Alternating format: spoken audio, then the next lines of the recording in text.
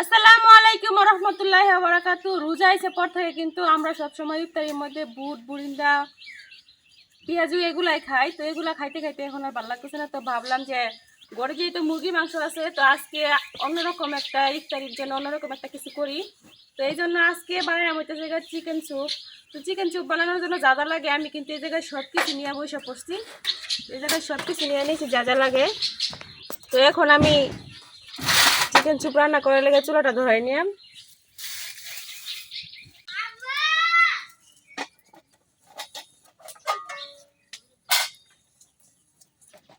চুলা ধরানো হয়ে গেছে, আমি কড়াই বসাই দিতেছি। এই স্যুপটা বানানো কিন্তু খুবই সোজা, ঘরে থাকা জিনিস দিয়ে বানানো যায়, মানে অল্প কিছু উপকরণ হলে হয়।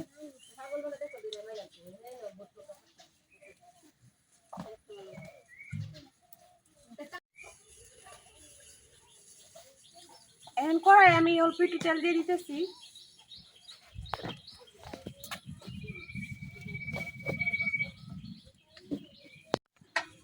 তেলটা গরম হয়ে গেছে, এখন আমি দিয়ে দিতেছি কাটে পেঁয়াজ আর রসুন।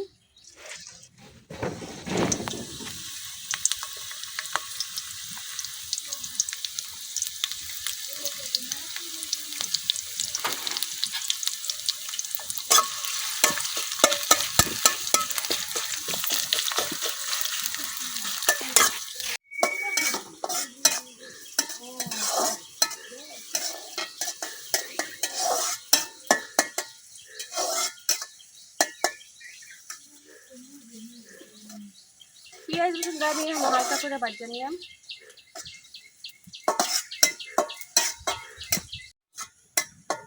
পেঁয়াজ রসুনটা হালকা করে ভাজা হয়ে গেছে, এখন আমি পেঁয়াজ রসুনের মধ্যে অনেকটা পরিমাণ পানি দিয়ে দিতেছি।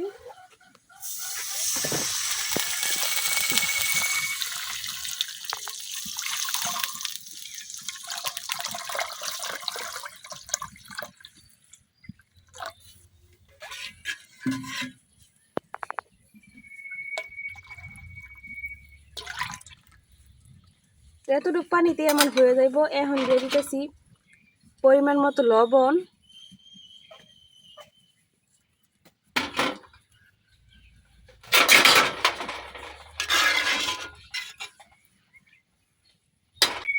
তারপরে এই জায়গায় দিয়ে দিতেছি মুরগির মাংস। আমি কিন্তু এই জায়গায় হাড় ছাড়া মাংস নিয়েছি, শুধু সলিড যে মাংসটা আছে এটা। এখন আমি সবগুলা মাংস এই পানির মধ্যে দিয়ে দেন।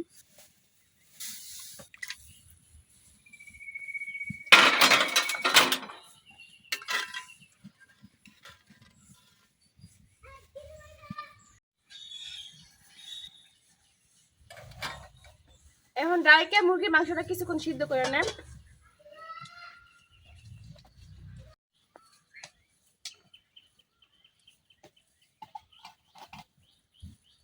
মুরগির মাংসের মধ্যে জুড়ে বলক আসা পড়ছে, তো এইভাবে আমি আর কিছুক্ষণ জাল করে নিলাম 5-6 মিনিটের মতো, যেন মাংসটা পুরোপুরি একবার সিদ্ধ হয়ে যায়।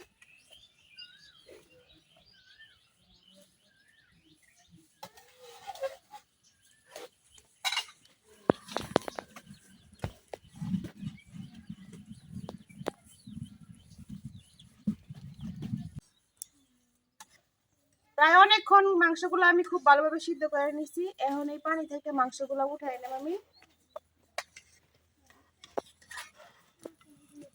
তো তাড়াতাড়ি সিদ্ধ হওয়ার লেগে মাংসগুলো আমি ছোট ছোট করে কাটা দিচ্ছিলাম।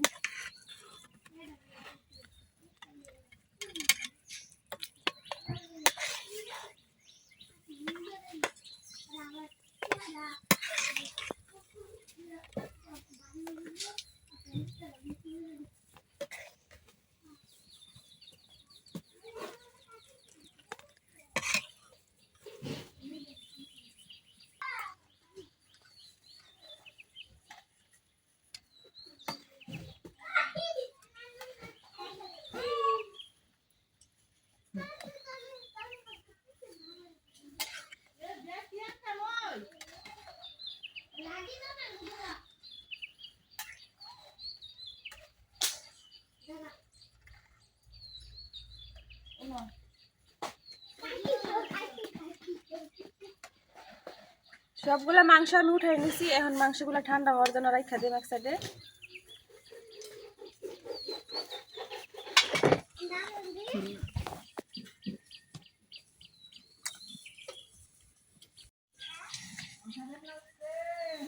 দিয়ে দিতেছি কাটে রাখা কাঁচামরিচ। এই স্যুপটা একটু জাল জাল করাবে, এই জন্য আমি কিছু কাঁচামরিচ কেটে দিয়ে দিতেছি, কারণ কাঁচামরিচটা দিলে রান্নাও একটু ভালো লাগে আর খাইতেও ভালো লাগে। আর এখন দিয়ে দেবো অল্প একটু আদা রসুন বাটা।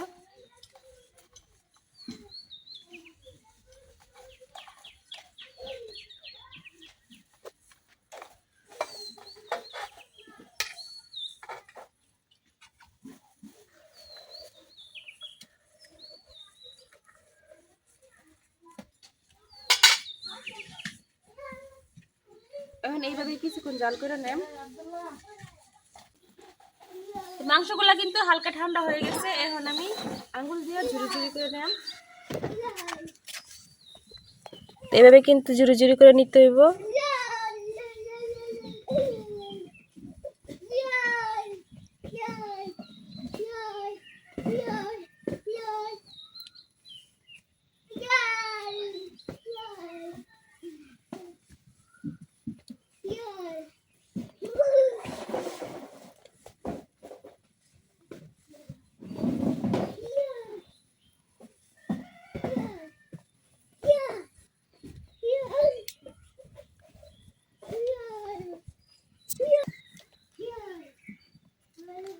সবগুলা মাংসই আমি এখন এইভাবে ঝুরি ঝুরি করে নেব।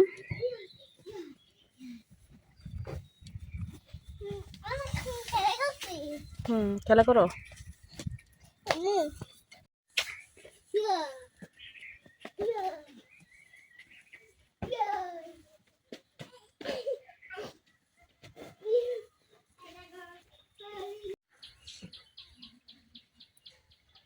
সবগুলা মাংস আমি খুব ভালোভাবে ঝুরি ঝুরি করে নিছি। এখন এই মাংসগুলা পানির মধ্যে দিয়ে দেয়, আর পানিটা কিন্তু অনেকক্ষণ জাল করে নিছি, একবারে অনেকটা পানি টাইনা গেছে।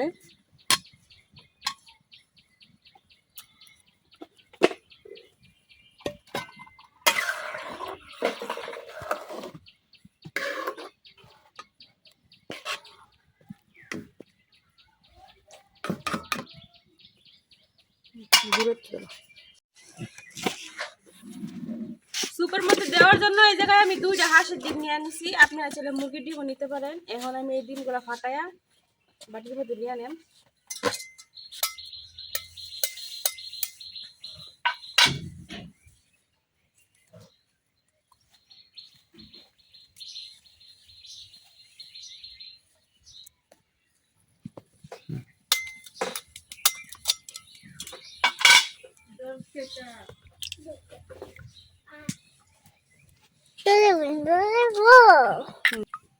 ডিমের এই তো সাদা আর কিছু।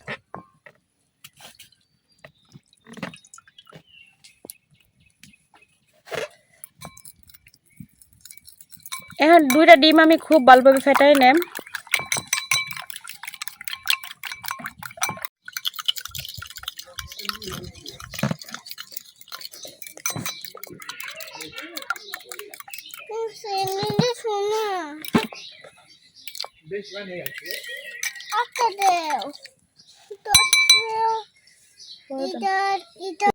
ডিমগুলো আমি খুব ভালোভাবে ফেটাই নিয়েছি। এখন এই জায়গা থেকে অল্প অল্প ডিম আমি সুপের মধ্যে দিয়ে আমার লাড়া দেওয়া লাগবো, নাহলে কিন্তু হইতো না।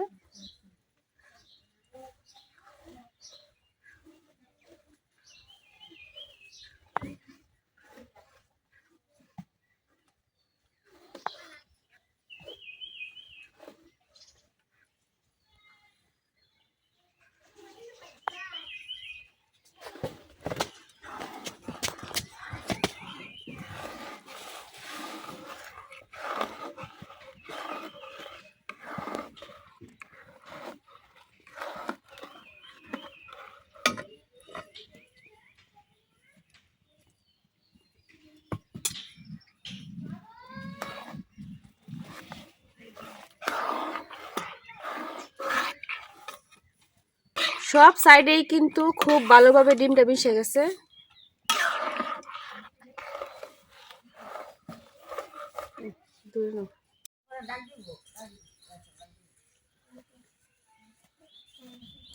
এখন আমি এই জায়গায় শুকনো আতপ চালের গুঁড়া নিয়ে নিছি, আপনি চাইলে কর্নফ্লাওয়ার দিতে পারেন।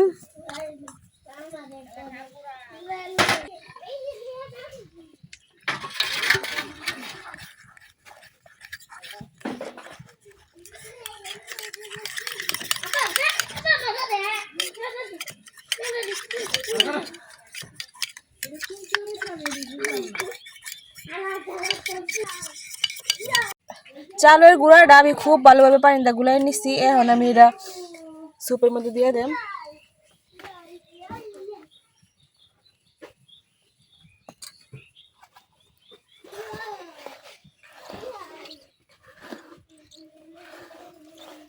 সাথে সাথে কিন্তু লাড়াচাড়া করতে হইব, নাহলে কিন্তু নিচেতে লাগিয়ে যাইব। এই চালের গুঁড়ার ব্যাটারটা দেওয়ার কারণ হইতেছে গা, এটা দিলে স্যুপটা একটু গাঢ় হইব, ঘন হইব, দেখতেও ভালো লাগবে, খাইতেও ভালো লাগবে। তো আমি তো হাতের কাছে কর্নফ্লাওয়ার নাই, এই জন্য চালের গুঁড়াটা দিচ্ছি। আপনারা কর্নফ্লাওয়ার দিবেন থাকলে। এখন দিয়া দেন একটু লেবুর রস, কারণ একটু টক টক লাগলে খাইলে খেতে ভালো লাগবে।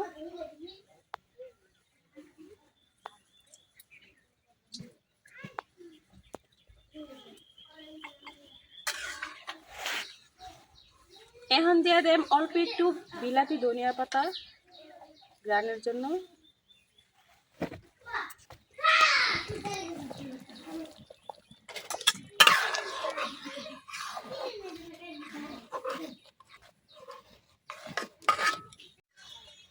স্যুপটা কিন্তু একেবারেই রেডি। আর এই স্যুপটা বানাইতে বেশি সময় লাগে না, 15-20 মিনিট সময় হাতে থাকলেই হয়।